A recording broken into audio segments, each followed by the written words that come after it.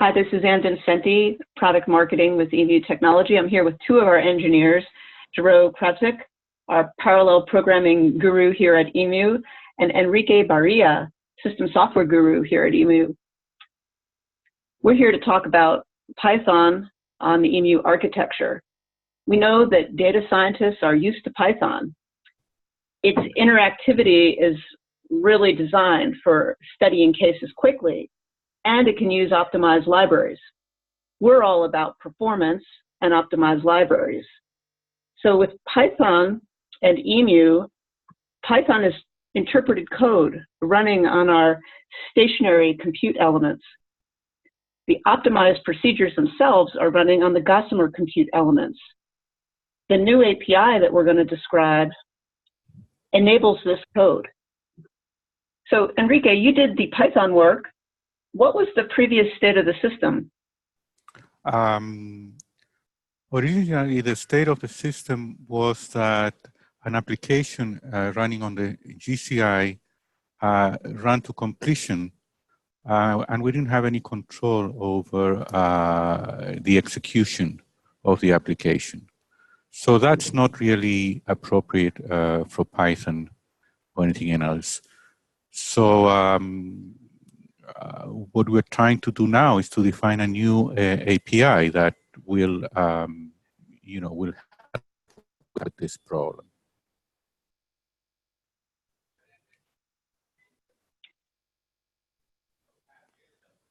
Great. So Jero, can you share a little bit more detail? So let's start by looking at the software stack. So the part on top is actually what is going to run on the SC. The part at the bottom is going to be what is running on the GC. So anything that is in blue is actually code written by a user.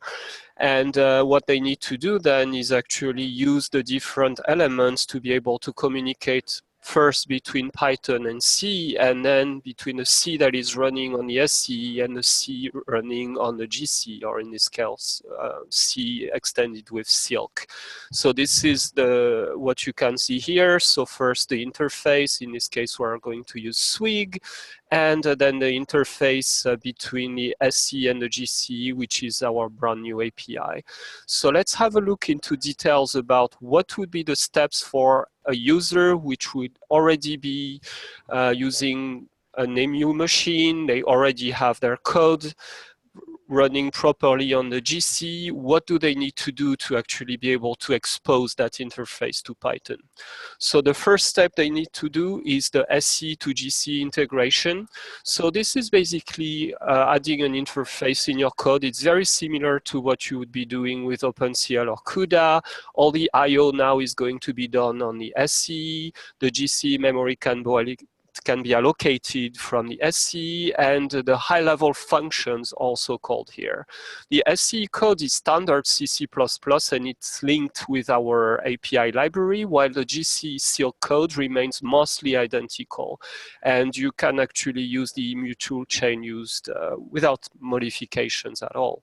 So if we have a look at an example, this is what the SC code would look like.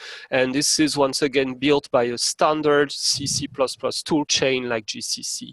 So the first thing you want to do obviously is include the API header files. After that, there is an initialization phase which is going to load the GC code.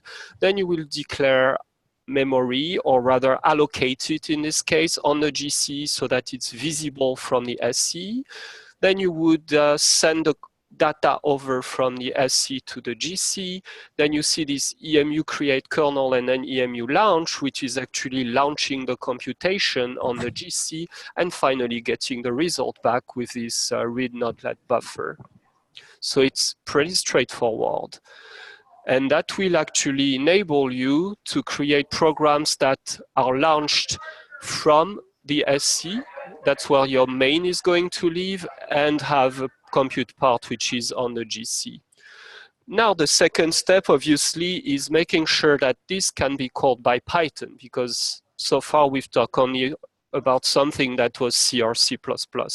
So you can use many different tools to expose your C++ code. In this case, we have used the Swig, so that lets you declare the functions, methods, classes that you want to expose, and then it will generate wrappers automatically for the target language, in this case, Python.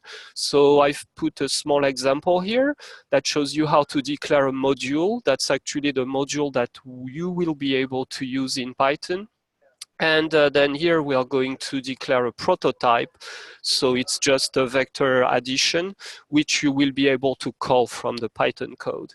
So now let's just put everything together.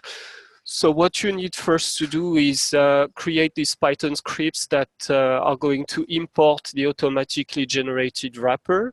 And along with this file, you will need the C code. So the SC code is going to be containing the C++ wrapper as well as the SC to GC API enabled code. And then the GC code itself, which is as an MWX, which is a format that our users are familiar for, that will need to be loaded into the GC part of the machine. And finally, how to use that inside a Python script? Very simple. You just import the library or the tool you've just created. Here, import, we called it emu vector.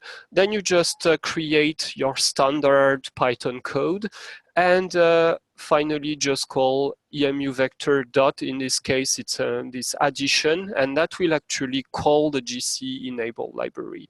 So let's have a look at a little example in this case.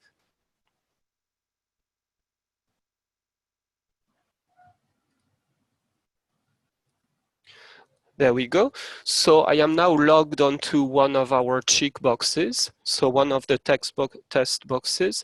I am going to SSH to one of the nodes. So at this point, I am actually located on one of the SC. And there we go.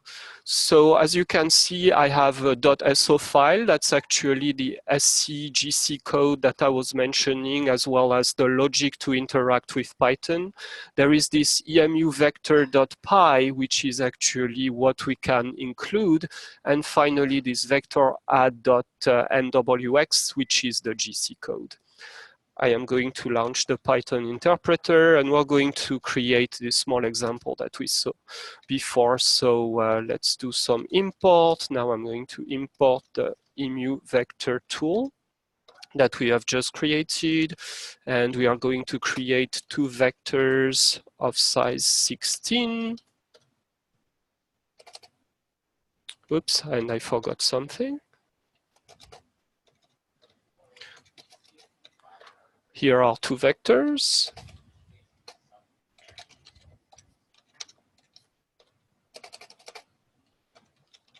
We are going to fill them with randomly generated data.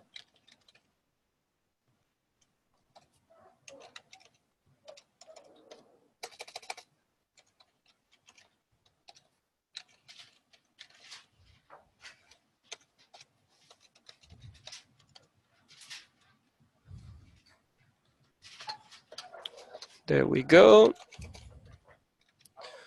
A and B. And now let's call the addition.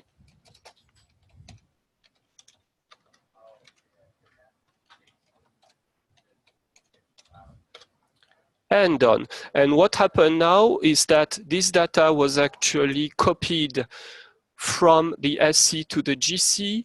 The GC code actually performed the addition, and then we copied the result back, which is there. And that's it.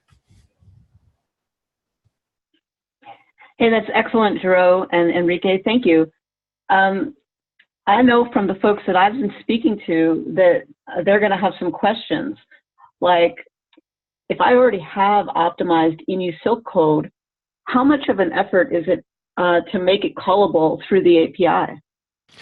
So one thing to look at, and that's the part that I was showing in terms of allocating memory, is you have to take a step back and look at your algo and think, okay, what are my inputs, what are my outputs? Because those are the things that you're going to allocate as buffers onto the GC part of the code, and then you're going to copy that data from the SC to the GC. Then you're going to look at what are the main entry points in terms of what are my main functions, and those are the things that you will want to call from the SC. And that's all, really. It's very simple. Super.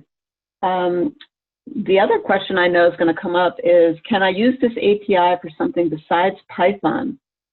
Yes, and as a matter of fact, Python is one of the most difficult examples because you have to go through Swig or something equivalent.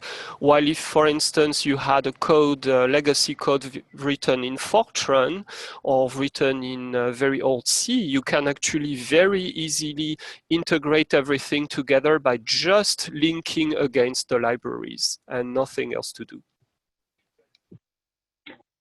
Well, thank you very much for sharing this. I know I'm super excited because this has been an ask that I've heard since I've been with the company.